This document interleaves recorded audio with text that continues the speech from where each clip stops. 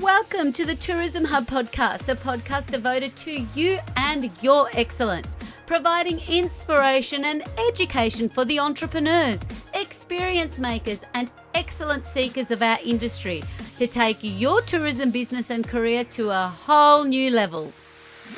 Relax. Torie, my fangirl, now we can talk openly. I'm out of the closet. I've been watching you. Welcome to Tourism Hub podcast. So excited to be here. And I just found out you listened to the episode. I do. I've listened to all of them. Because it is one of these things with content that, you just don't know. But with digital, you can see that there's people there. But I've never really met someone that said, I've listened to all of them. I'm just so thrilled doubly that you're here. Exactly. And you've listened to them. Oh, Torie, I tell you, I'm a fangirl for so many reasons. Now, we've probably been on the trajectory of tourism around the same time of when we launched our careers. Probably probably the same time that Moonraker's been around. That's it. So Moonraker Dolphin Swim, I'm going to kick off the big why and purpose why Moonraker came to be. Sure. So it's a family business. Mum and Dad started it back in 1990, and as a only child, lived literally on the coast. It was almost like my path. It was mapped out, and there were so many other career choices I could have had, but that's what I did. I did it in school holidays. I lived and breathed that business from such a young age, and it was basically just a rite of passage.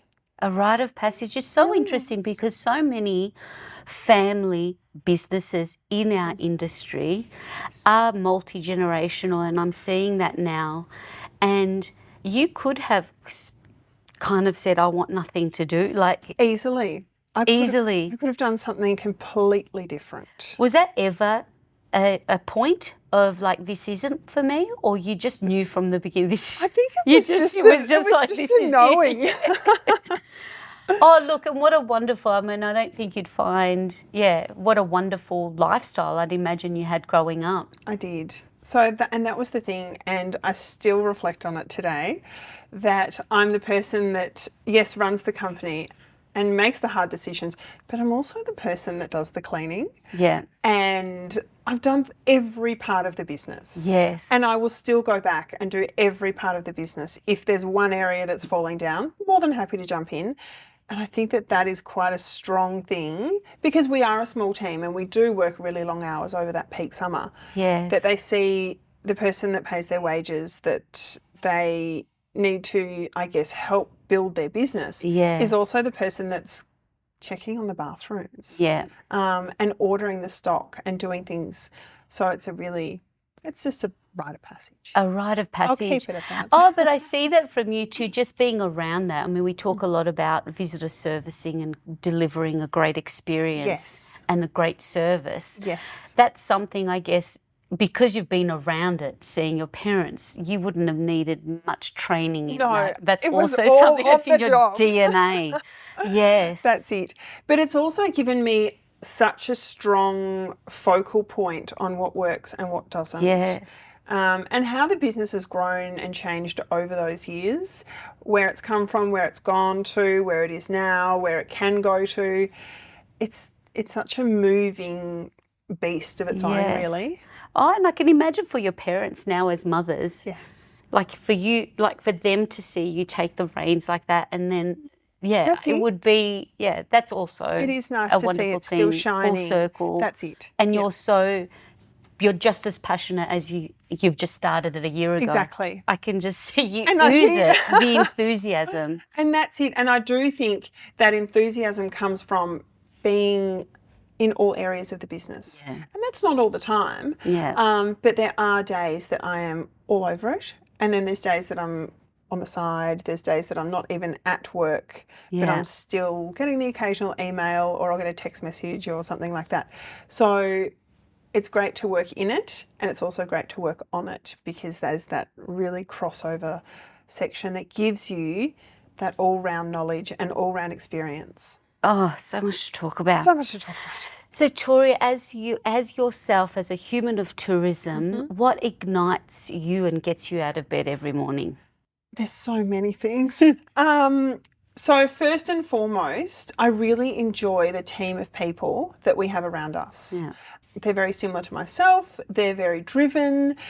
But it's also, I strive for a really good review as much as I strive for a bad one. I'll never shy away from a bad review. And they are the things that get me out of bed. If we have received a bad one, that's okay. But let's work out why and let's fix it. So then it turns it around. That's what gets me out of bed. That's what gets you. Look, it's so important, isn't it? Like, as much as we love the good reviews, that you're using anything that's constructive, or comes out, or a customer's taken the time. What a great gift! It is such a great gift, improvement. and do not shy away from it. It was funny. Speaking of bad reviews, went through all of the reviews that Moonraker had for the last 10 months the other night. Yeah. And look, that took me till 10 o'clock at night. Yeah. You know, that's what you do when you're a mum. Yeah. And I reached out to one customer. It wasn't a great one. It wasn't a bad one. It was a 3-star, I think, so it's mid-range. Yeah. She'd had issues with her underwater camera that she'd hired. So I just reached out, replied to it and said, hey, just tell us. Let's just fix it. Yeah. And last night at 8:30, she sent me this beautiful email to say, thank you so much. I'm coming back and I'm going to change my review. And I was like, this is fantastic. What a That's the stuff. That's the stuff, and the stuff that you care enough. Do you have a strategy with your review process? Reply to every single one. Yeah. Every single one. Yeah. And make sure it's not a generic reply. Yeah. Do put some heart and soul into it and say, hey, thanks so much for enjoying this part of it, or thanks so much for your feedback towards this element of the cruise, or I'm so pleased you loved the staff, or I'm so pleased you loved the seals. Make sure that I'm a really big believer in being human. Yes. That's the key thing that I have found has driven the business as far as it's gone. Be a human being. Yeah. Don't be a corporation. If your business is enormous, that's fantastic. If it's tiny and it's just you and your partner, or you and somebody else that works for you, be a human being. Yes. Because that's where you'll grow. And is that something that you take on yourself as the owner to respond to everyone, or do you just, distribute between the team? Sometimes I will distribute, but I actually really like doing it myself. Yeah. Because, and it's the same with risk mitigation and reviews. Yeah. The two big R's in my industry or in my business is the reviews will give you, if you can see like a pattern in them, it's really quick and it's a really easy way to fix it. And the same with risk. So if you're seeing the same injury happening, say 2 or 3 times, quickly fix it before something happens. And they are the biggest gifts that you can get for free within your business. The 2 big R's. The 2 big so R's. True. I mean, look, we have a lot in common as tour operator minds. Yes. At the mercy of Mother Nature, like saying today, I know with sailing or ballooning, we're at the mercy of winds. You are. And it is something that to keep on learning. I think that's it.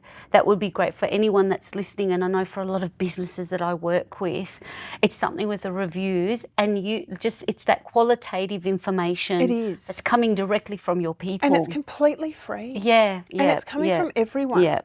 So it's coming from every different segment within your business. They can be a family, they can be an international guest, they can be a local. They're the ones that are seeing it for what it is. Yes. And it's free. And it's free. Capture it. Speaking of international guests, we were talking earlier again just briefly about that journey, because we've both been on that journey too, very similarly, with very little training, throw in the deep end, you're going overseas to represent your business and the States, and you're trying to work out who's who in the international zoo. Tell me about that journey, and now moving forward, what have you seen as the biggest changes in the market? I think it is since COVID, and I hate using that word. Yeah, but I know, but since I know you have to use it. But it's literally since BC, COVID, right? It is. That is so true. Yeah. And it used to be that it was such a straight way of marketing your business. You'd go to ATE, you'd go overseas, you'd then like connect with your wholesalers and your inbounders, and it was just such a flow-on pattern. And I think we all worked together, we're all in offices, and we all had our boxes that we ticked, and it was very straightforward. Nowadays it's not. Yeah. You've got people that have shifted within the industry. You've got new players in the industry. You've got a lot of small businesses run by really, really fantastic people that have come from somewhere completely different. Yeah. They may be CEOs of accounting firms and things like that that have now gone, oh, you know what? I'm going to start a tourism business, or I'm going to do an Airbnb. So there's this new shift within the market. And I think it's great because we're seeing a lot of grassroots businesses. And I think tourism's now gone back to its infant stages. It's no longer led by the traditional elders like ourselves, where we all know each other. You know the next person that's going to sit in front of you at ATE. You know them. You know where they've come from. You know how many people they send you. Yeah. You know everything about them. You've now got new people. And we're so far back, but we're also so far forward. Yes. So it's a shifting ground, and it'll be so exciting to see where it goes in the next 2 or 3 years. Oh, so true, so true. And that's right. Like looking at whether it's a young person coming out of uni, getting into tourism, or a small startup business trying to find their way or their market or their offering of their products, because we're in the business of offering the intangible. It's the feeling, it's the experience. It's exactly what we're all doing. We're speaking of that. I'm also curious, what ignited your parents to start Moonraker? What was their... They both had completely separate careers. Mum was always marine tourism, hospitality, and Dad was always more, I guess, your commercial person. So I think it was an easy mesh. Boat being that commercial side, tourism being Mum's side, and I think it was just this easy mesh. It was something that wasn't really captured down here. So they started off doing seal swims, discovering the South Channel Fort, which is a small island, adding in dolphins, and it was really that marine tourism growth. And then over that 10 years or so, it did start to take off. And I can still remember stories of them saying, we used to stand at the pier near the car ferry giving out brochures, trying to convince tourists to come out and do something before they went on the ferry. And I think it's such a beautiful story of how many tourism, and especially marine tourism businesses, started. And it was trying to convince people to do something different. Wow. So I just love it. And that's a great, that's a real entrepreneurial mindset to think, well, we were the first, we think on the peninsula, or one of.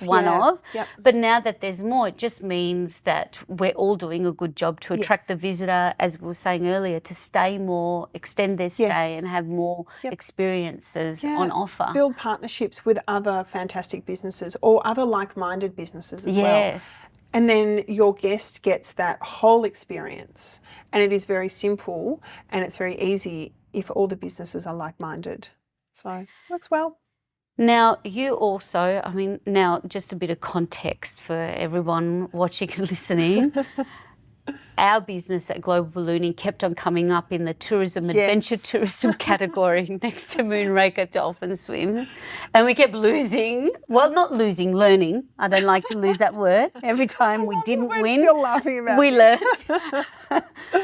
So I just said to the team, let's just let them write it out to get the whole cut the cord, we're stopping. And then we'll re-enter when Moonraker, because we were doing such a good job. But recently we reconnected from the Mornington Peninsula Business Excellence Awards. No surprise, took it out. But I love that you also, there's tourism awards which have incredible benefits for any tourism operator. Yes. And you go, you have an opportunity to go on a national stage. But I love that you're supporting your local business awards. Talk a little bit about that and just how far we still have to go at businesses that don't traditionally see themselves as tourism businesses, but have so much opportunity, such low-hanging fruit. Right? Yes. When talk to me about your observation of living, working, running a business in a regional Victorian town. Easy. So the Mornington Peninsula is fundamentally tourism-based. Some people believe not, but it really is. If you drive 10 minutes down the road, you'll pass all of these. They're either farm gates, they're gardens, they're tourism offerings of any description. So a business award is something that I encourage people to do. And it wasn't something that I'd ever thought of doing, but I think capturing your strength as a business before you go and turn it into a tourism business, it always gives you that bottom line approach. So you know where you're spending your money, you know what you're good at within your business, which then will have that flow on effect into the growth of a tourism business. Interestingly, I guess, coming from the Mornington Peninsula and spending quite a bit of time in what I call country Victoria, which it's more sort of regional now, which is that Echuca Moama area. The Mornington Peninsula is so advanced in tourism. It is so advanced. And I think that comes from the strengths of people like Elva Hemming that just they just drove it as hard as they did. And they did really put that stamp on the peninsula. And then now travelling to other areas around the state, I'm just seeing how lucky we are as a region. So yes, the national and the state awards are so great. They're so fantastic, but do focus on local as well and really focus on business, because as a small business, but also looking at new businesses that are forming, get your roots in before you grow your branches. Ooh. There you go. That's the quotable. That's it. Get the roots in before you grow the branches. I love it. Because that will then, it'll really cement you in your industry, because you'll have that strength and knowledge of what makes your business so good. So good. A type of experience like a dolphin swim has also personal transformational benefits, because I think being out in the open water and you see these majestic animals leap out at you, I mean, I would lose my poo emoji to see that. You know, it's just something that you don't see every day, and that you see it. What's the sentiment, or do you, like, what do people say? How do they react? How do you find that of being out here and enjoying an experience like what you offer in just the region? Yeah. Well, I guess after doing it for the decades that I've done it, I still get such a big kick out of a fantastic dolphin swim. There is nothing better. Yeah. And it really shines through, because your guests are so excited and they're doing it for their first time. I'm doing it for my 4 millionth time, and I still love it. Yes. And I really love seeing how excited they get, but it's the satisfaction of delivering it. So it's a great product. Yeah. It's everything that you need. It's relatively easy to sell because dolphin swims, they're so unique. Yeah. There's only so many places in Australia that you can do it. Yeah. So that's why it's great local, domestic and internationally, because it's a really unique niche industry. And I imagine, again, through a lot of similarities, it's such a great product to partner with others. Similar to the ballooning. So unique. You can really, you can really leverage that in your packaging and your collaborations. I love that you've done this, like, see a dolphin guarantee. It also just helps people to go, I can come back. Yeah, you can come back. Yeah, I think that's brilliant, Torie, to do that. And that's part of my philosophy, I guess, as a business owner, and also delivering the product, because I'm really big on being a human. Yes. Don't look at your product and go, how can I sell it? I always look at my product and go, and I train my staff exactly the same way, and people that deliver it for me when I'm not there. If they have children, it is an expensive product because there's a lot that goes into it. So I always tell people to look at it as a whole. If you were going to deliver this product and buy it, would you be happy with the end result?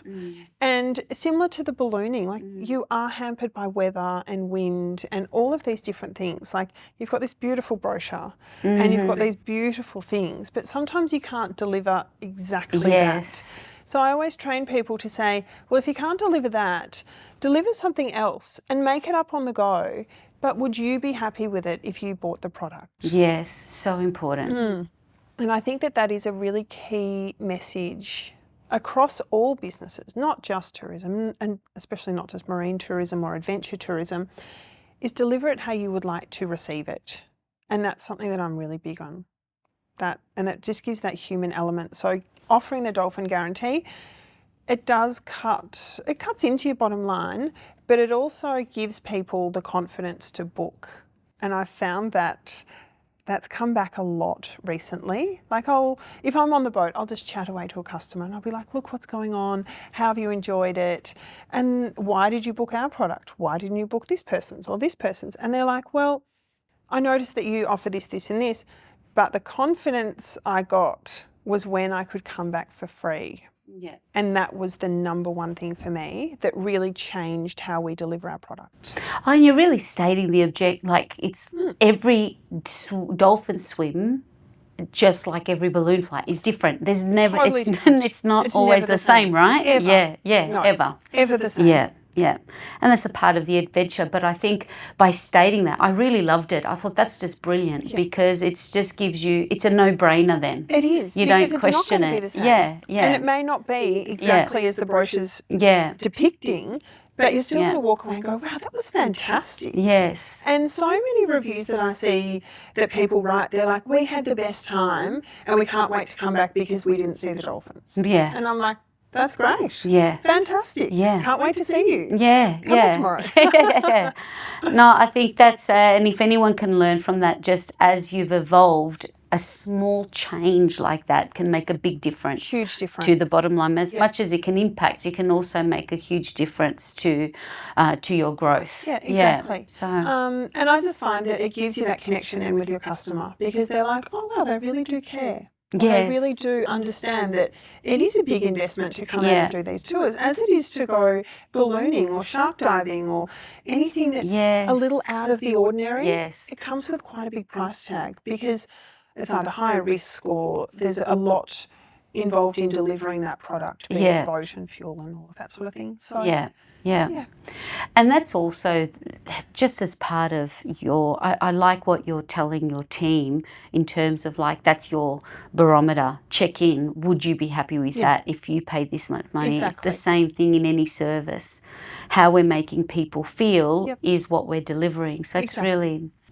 Now, when we're talking about challenging times, because that is, and risk mitigation and challenges, what are some ways or tools that, or some key scenarios that you can think of when you're mitigating challenging, environment, people, all of that. All of that. There are so many challenging elements in a business, and especially a tourism business and an outdoor business and all of those things. Like you've got your weather, you've got a new thing. Well, it's not really that new, but you've got like cyber issues. Yeah. And there's a lot of things now around fraud. Yeah. And people just seem to be getting caught out every day. You always hear another story. So that's another challenge, getting people to pay online, getting people to prepay, because there is still that, since COVID, there was a little bit of distrust, like, is the business going to be here in 6 months' time? Will I buy a voucher because they might close and I'll never see my money or get to experience the product? So there are so many challenges. Looking at the challenges ahead, a lot of them are slipping away now.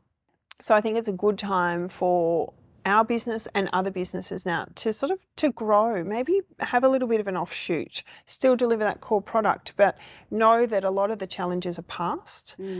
And what have you learnt in your business? So for us, it was being human, being open, delivering a product that you would like to experience. That reduced a lot of our challenges. Like, how do we attract people? We're getting a lot more repeat business. Word of mouth has gone through the roof because people are like, oh, we had such a great time. No matter if they didn't see the dolphins, they still had a good time. So there's just little, I guess, tweaks all the way along within your business that you can make that will reduce your risks, will reduce the challenges at foot. Some of them can just be safety risks. Make your product really safe. You can't safeguard everything, but you can certainly safeguard a lot. And that is also because if you're an observant manager, or if you've got a really observant manager, they're going to pick up on little things very quickly. My other thing is involve your team. don't treat them as they're just the employees that deliver this. They're the people on the ground. So they're hearing conversations. They're seeing where things are going wrong. So get them together. Yes. Have some open conversations that aren't stressful. Yes. Because a lot of people do fear, oh God, I'm sitting with my boss. Don't be that person. Don't be their friend, but don't be that person. Be the person that they can come to and that they can be so open with and say, this just isn't working. Yeah. That will reduce a lot of challenges. And when you look at your, bringing in new people, what are some qualities that you look for to mitigate, and knowing just what you require when there's so many variables that can Yes. happen? What do you look for in your team? So that's another challenge actually, is staffing. Since COVID, there's this new element that some people, they just don't want to work. And that's okay, that's their choice. But they're not people that I need on my team. So the ones that I really focus on, they have a passion. And it can be a passion for the environment. It can be a passion for working with people. It can be a passion because they love being outdoors. Look for those people, and don't try and look for the same person every time. So look for a section within your business. So I need someone that will not stop talking. Yeah. I'll go and find someone that does that, and they'll go and chat to every customer. Yeah. They'll get to the root of every issue. Then I need someone that's super safe. So I'll find somebody that really focuses on delivering a product and knowing safety, and they're big like checklist people. Yeah. They're not my people, but they're the people I need. Yes. And then you've got other people that they love the marine environment. So they're going to sit down and chat to somebody that just wants to learn about the environment. So really look who is in your team and what do they bring to the table. Yes. Not so much what do they not bring, because everybody has their downsides. Look for what they bring, and are you making up a whole piece of the pie every time you roster them all together? Yes. That's the best thing that I can sort of instill in people. Find their strengths. Don't worry about their weaknesses. Just work on their strengths, because they're going to be happy. They're going to deliver the product that you want them to. Strength approach all the way. All the way. Yes. Don't focus on their weakness, only on their strength. Yes. Help them develop if they wish, but just focus on delivering what they love. That was a big, I guess it was very defining moments, I think, over that period when all of our backs is, you talk about risk, but who can foresee a pandemic? So as tourism operators, when we don't fit in a box, we're not a bus, we're not a plane, or, we don't know our parameters. That's the thing. But when the team, you could really see who stepped up to the occasion and who preferred not to. Yeah. And that was it. And that was a shining light. Yes. And as you say, like, we didn't fit in a category. So with all of the changing regulations, I had somebody that loved regulations. Yeah. So they would update our COVID plan once a week. Yeah. Oh, brilliant. Thrived. Yeah. And that was something that I would have never done myself, because I was like, oh my gosh, so much Yeah, paperwork. or never knew that was in them. No, right? and it just it came to light, and that's what kept us going. Yeah. Because it was just like every week in Dropbox, here's the new COVID plan, here's the updates, summarise the updates, email them out, done. Yes, yes. Oh God, it was a godsend. Godsend. When it comes to, I call these, if you think about the success you have had and the enduring success to, 30 years on as a business. I mean, not even as a tourism business. I think as a business.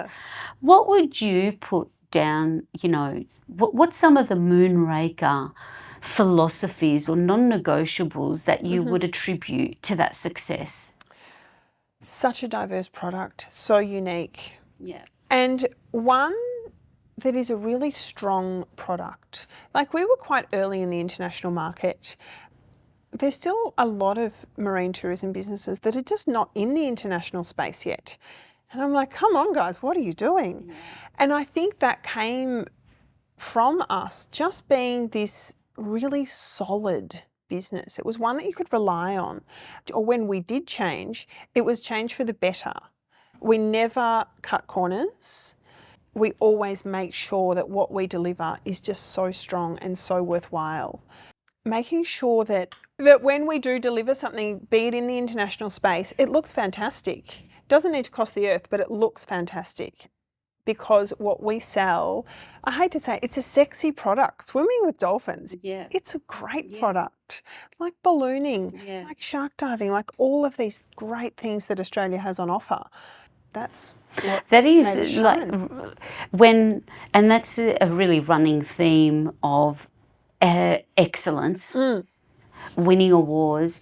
I think you really nailed it there for anybody that's watching or listening in terms of having your state or national marketing organisations get behind you, having that reliable hero product. That's it. That is, I mean, you got to talk sexy. It was like us. Melbourne was Hollywood.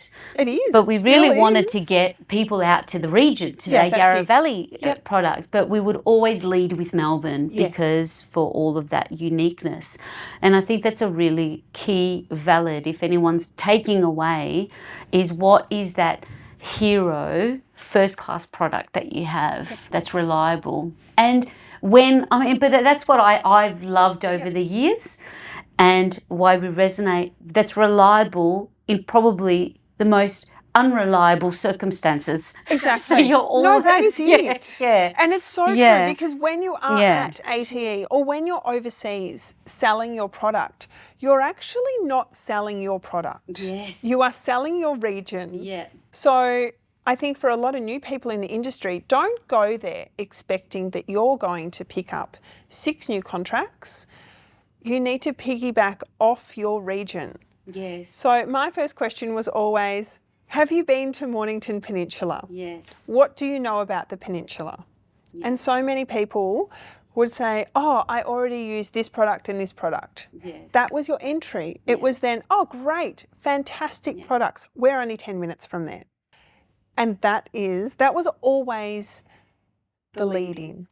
Quintessential destination ambassador. Yes. Lead with we, not me. Exactly. It's so important. So important. You don't exist unless your region is there. Oh, that was I think my aha when my first time overseas. It's like, oh my, this has got nothing to do with me and balloons now. I've got to kind of bring them. Here's where Melbourne is. This is where, Have a map of the state. Yeah. That was all I had on my desk was a map of the state with the peninsula.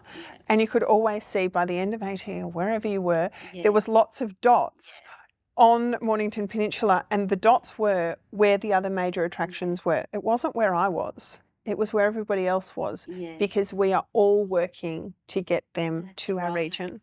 That's right. And then piggyback off each other. So you've got another hero product linking in. I just thought if anyone's Googling what the heck is ATE, so the Australian Tourism Exchange. Yeah. Yeah. So it's an annual, I mean, it had the disruption as well, an annual conference where all of the key buyers from around the world come to a capital city in Australia and meet incredible suppliers. That's like it. We're the ourselves. supplier, like Moonraker Dolphin Swims.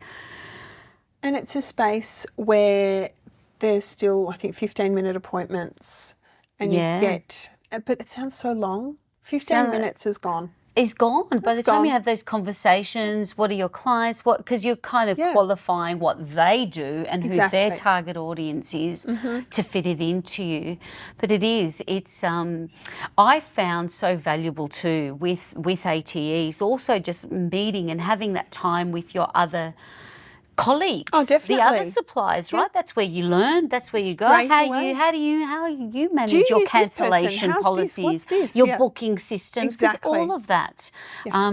You've been through. Do you use an off-the-shelf booking system, or do you? So we use Resdi. Resdi, yeah. So Resdi's been great for us. Yeah. We've tried another one. It was a total disaster. Yeah. Straight back to Resdi. Yeah. It is expensive. Yeah. But you get what you pay for. Yes. And you can customise it to your own business. Yes. So it doesn't. God, I sound like I'm a salesperson for Resdi, but when it prompted me, I guess, again, in my operator brain, I just remember they were the times I'd have those type of conversations because you kind of feel a bit alone when you're just in your business working it all You out. do. But then you go, oh, the people are a little bit ahead of me. They have. What are you doing here? Well, How do you So manage again, this? if anyone else is out there, whether you're, booking system is a big thing It for is a a big tourism thing. operation. It can either create a hell of a lot of work, or it can reduce so much work. Be seamless. Yes, definitely seamless. And I was looking, actually, I loved it, and I knew I kind of had an inkling it was Resdi because I was looking for my son's birthday.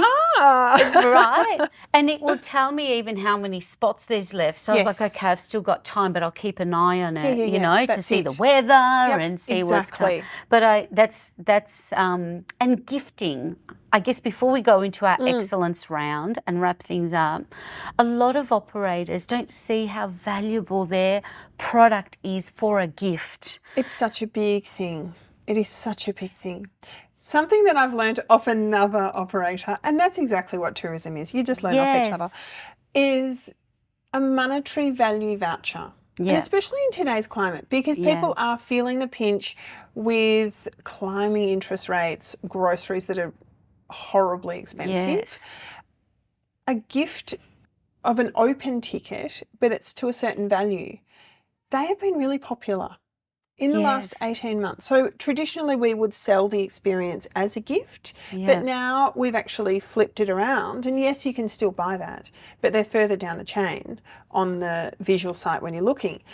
The top things that are selling at the moment are of a certain value. So you might buy a $50 voucher, a $20 voucher, a $400 voucher. So they come in different segments. Oh, that's such a great insight. That's something I never thought about. It feels like a Bunnings voucher, but so many people love it because they might be doing a Kris Kringle, or it might be a reward for another staff member within an organisation. They may say, okay, if you reach this target, you get a $200 voucher. So those sort of things are being picked up. Brilliant. Really interesting how tourism shifts. Oh, look, I certainly try that. It's like, how much stuff do we need to get out and do experiences that? But then if you, to pie, it might be too much, but I can still contribute or say, here's something.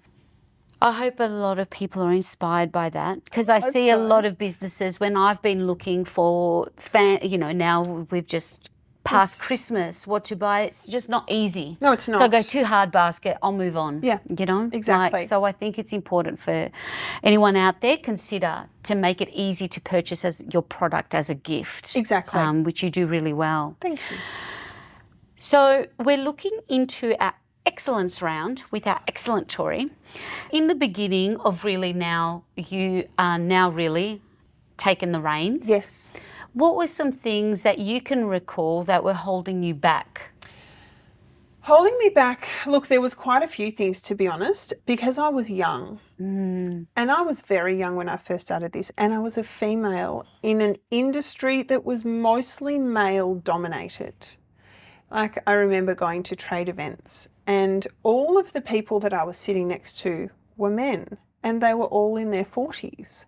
And I'm in my 20s and I'm a female, also driving a boat. So these are a few things that I found that I'm sure still go on today. But looking around, there's a lot of young women in tourism, and that's so important because it's not a male-female dominated role. Everybody brings their best to the table, and that's what it should be.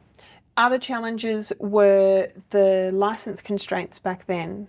There's still licence constraints, but I guess going through the industry and being what I would probably like an old barnacle of the sea. I've been there long enough that now people will come to me and go, okay, we're going to redraft the marine wildlife or the marine mammal permits, and we're also going to do the legislation. What are things that you've picked up on? What are things that you've seen? So those challenges have certainly dropped back a little. In other things, it was a relatively new thought, like swimming with animals, going swimming in Port Phillip Bay. People still had that notion of, oh, there's sharks, oh, it's deep. So us as humans hadn't yet evolved enough to be outdoor people. We were still, outdoor was like quad bike riding. It was completely different to what we see now. So the landscape has changed a lot. Other things that held us back or held me back was employing staff. if you're sitting in front of somebody that is in their early 20s that runs a business, sometimes people would be like, not sure about that. So all of those things have all fallen by the wayside, but they still exist today. Young people can still bring a huge amount to the table because their thought pattern is different. Yeah. And now I feel old saying that. But I would ask now one of my younger crew or team members, what do you think of this if it's going on social media? Or what would you do here? Because they are the forefront of who I'm targeting. Yeah. So little things like Yeah. that. Is there anything you would have done different to those things, any of those that were holding you back? No, probably not. No. Yeah. No. It all just adds to the tapestry, doesn't it? It really does. Yeah. It really does. Yeah. Best advice you've ever received? I was thinking about this earlier today, actually.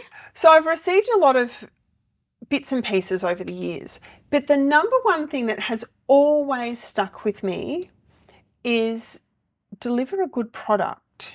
Don't worry about your branding. And to me, that was always the wrong advice. I was always like, what do you mean? Why would I not promote my own brand? And they said, if you ask them in 2 years' time, which dolphin swim did they travel on? That customer will have no idea. But deliver the product that they will remember. So forget about your success. Your industry's success is so much more important than your own, because that will be the standpoint, because you need good word of mouth. People will find you if your advertising is good enough, and you will always be at the top of search engines. You'll always be a great company to follow on social media. But deliver the product. Don't worry about your branding. Make sure that when the person gets off, they had a great time. Yes. Because they will then tell 10 people. Those 10 people will go, oh, we should do that. Yes. Focus on the delivery. Exactly. And the feels. Yes. How you're making people feel. Exactly. Very, very solid. Personal habits. Like, what are personal habits of Tories that contribute to your award-winning entrepreneurial success? Oh my gosh, you should ask some of my staff. I do make them laugh. Personal habits are a lot of communication. Yeah.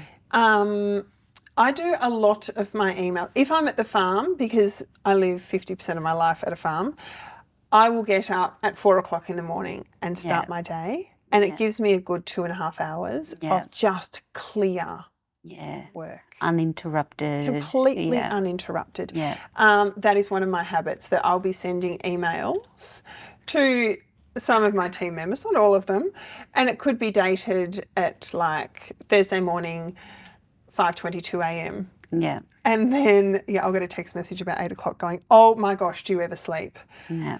So I do a lot of work during our peak season at crazy hours. Yeah. Because I find that it's my most clear time. Yeah. Yeah. I can very much resonate I'd with say that all too. women could. Oh, especially it is. mums. It's just the quiet time of that time of the day. Yes. Yeah, is the most productive. Yep. Yeah. And I also really enjoy answering emails from customers. So if somebody's had an issue, I really like doing that because I like to be the one. I do think that it gives the customer almost a little bit of a shock if the managing director replies to their issue. Yes. Yeah. And usually the resolution that I can supply, it's no better than any of the other team members, don't get me wrong. Yeah. But I think because it's got that stamp, the customer goes, oh, wow, somebody actually cares. Yeah. Yeah. Yeah. And move really quickly. Really, really quickly. Yeah. So there's some of my quirky little habits. Yeah.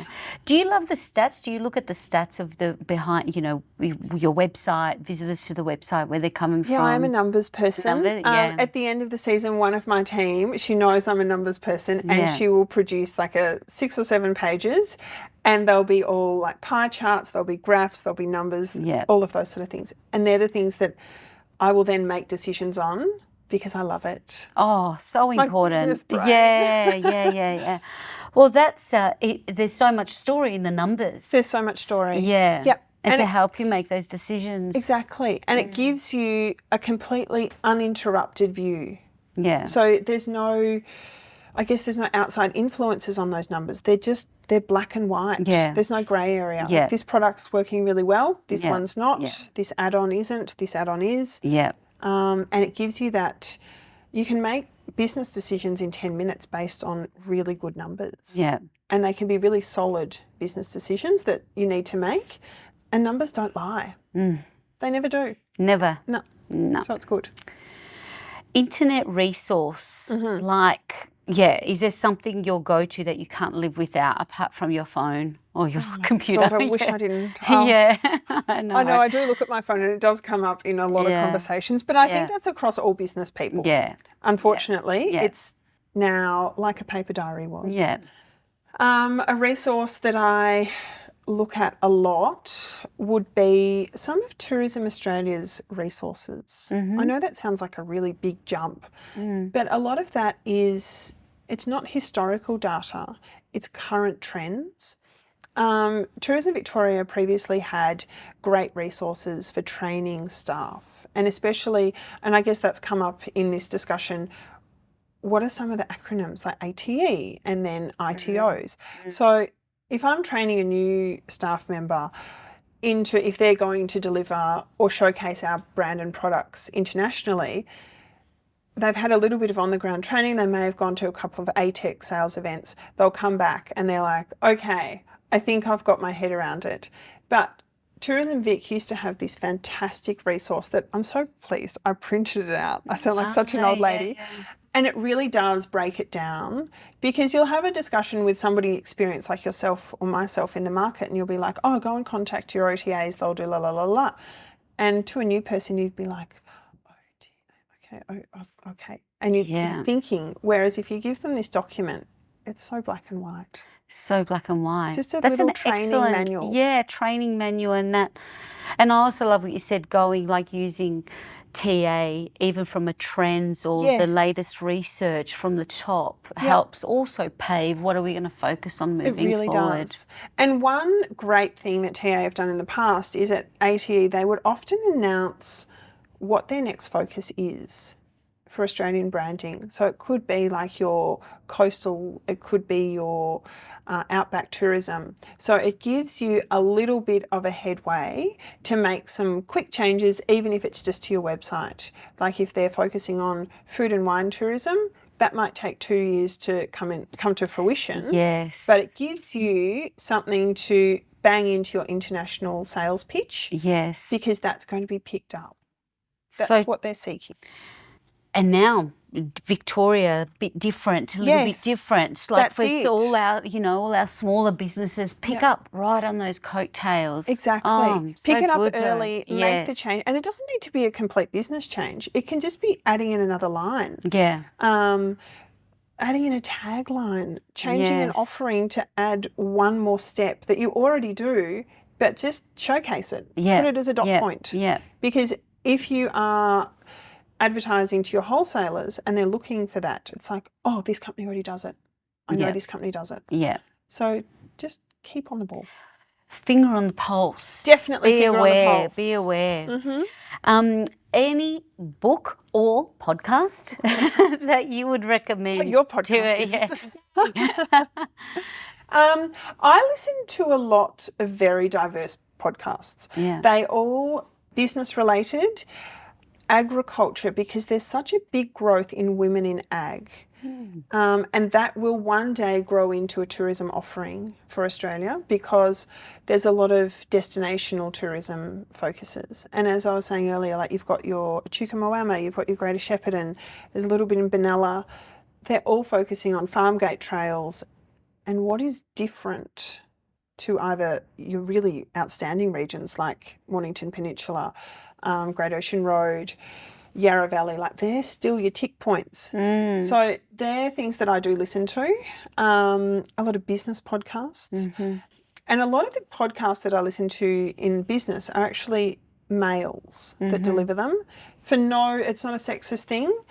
It just seems to be that they are delivering really quality content in business. Yeah. So it's very diverse, very podcast diverse. Listening. Yeah. Yep. Your favourite business one? What would be your favourite business that we can have for listeners? Aussie ones? Overseas? No, they're all Aussie. Yeah. So there was, I've got it.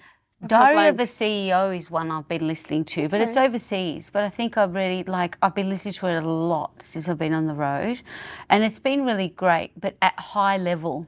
And I think now and I guess that's what inspired, like talking more in the weeds as a small business rather than these big. I mean, I just listened to one like Thierry Henry, like the famous soccer player, which is great to see that again as humans. Yes, that's what it's all like. His mental health, what he is experiencing is it resonated. Yeah, it does. But I think from listening to some everyday tourism sisters, for anyone else that's listening, that will resonate. That's what. I hope it is helpful and insightful. And when I'll get that off you and add that. Yeah, please into do. our I need little to. I think show there's notes. A Tristan White one. Oh, there you go. Because I love So little things like how to communicate with staff. Yes. Not that we have communication issues, but it's just something completely different to the way I communicate. Yes. And it can just be little things like that. So I know there was a Tristan White one that I've listened to nearly all of them. Yes. And that was pretty much on staff communication and things like that. Brilliant. So really, really brilliant. good. But I'll give you different some more. Specialists. Yeah, excellent. So best way to connect with you and Moonraker. Okay. Anyway, I don't mind if people send me a DM via social media. Yeah. I'm there to help people. Yes. Don't feel that there is a barrier. Yeah. Send a message. Yeah. I will always reply. Yeah. And I will give you the information that you need. I'm not going to hold it back because feeling that you may take over my scene. Yeah. The more people that come and try and take over my scene, the better it is for our industry. Yes. So ask the hard questions. See, that's what I love about our industry. You've got everybody that's ahead of you is always so willing to help. You're a mentor to so many now, and I'm sure it's like many were to you, like the Elvas the of Elvas our of the world. world. Oh my gosh. I mean, love Elva. Elva pretty much, I'm almost going to say, dragged me through. Yeah. To teach me those fundamentals. Yeah. And if I can give even half of the resources that Elva gave me to somebody, it's such a beautiful way to pass it on. I'm hopeless at answering the phone. Yeah. Absolutely hopeless. So send a text message. Yes. Send me an email, a DM via social media. I'll always reply. Yeah. Brilliant. And any parting piece or guidance or favour, like what would be a final thing to be a human being. Be a human being. That's all you need to do. Yeah. No matter if you have had some of the worst incidences in your business to if you have a customer that is just genuinely unhappy with what they've received. Yeah. Be a human and resolve it. Don't hide. Yes. Bring out that human element and say, I can help. Yeah. But let's just work on this together. Yeah. And that is my number one piece of advice to any business, not so much tourism, just anyone. Yeah. Be a human being. Don't shy away from an unhappy customer because it will only take you a couple of seconds to reduce the unhappiness to, okay, I'll work with you. Yes. It's just a few seconds and it's just a conversation. Yeah. Some people you can't help, but others, and I would say 95% of the issues that come back, you can resolve within a couple of minutes. Yeah. And it's just a few minutes of your time. Few minutes of your time. Be a human. Well, Torie, you're a wonderful human being. Thank you. I've just devoured just having this reconnection with you. Anytime. Even that I've got your number, you know. Oh, so I just love excited. that I can text you now. So thank you for doing this. Anytime. I know you'll be helping many, anybody. Yeah, I'll have all of your socials and Moonraker Dolphin Swim information in everywhere where you'll find this podcast. Thank you. You are welcome. Happy days. Happy dolphin happy. swims. Oh, we just need some more sunshine. With some more sunshine. It's really been incredible seasonally, hasn't it? Oh, Living my gosh. up. It feels like autumn. Yeah, it's been it does, autumn all right? of summer. It will come. It does come. It will. Yeah. Feb, But March. we love the variety. That's why we're in Melbourne. That's why. We couldn't do without it. That's it. Thank you so much. You're welcome. All of the excellence and success to you. Thank you. And same to you. Yay. Relax.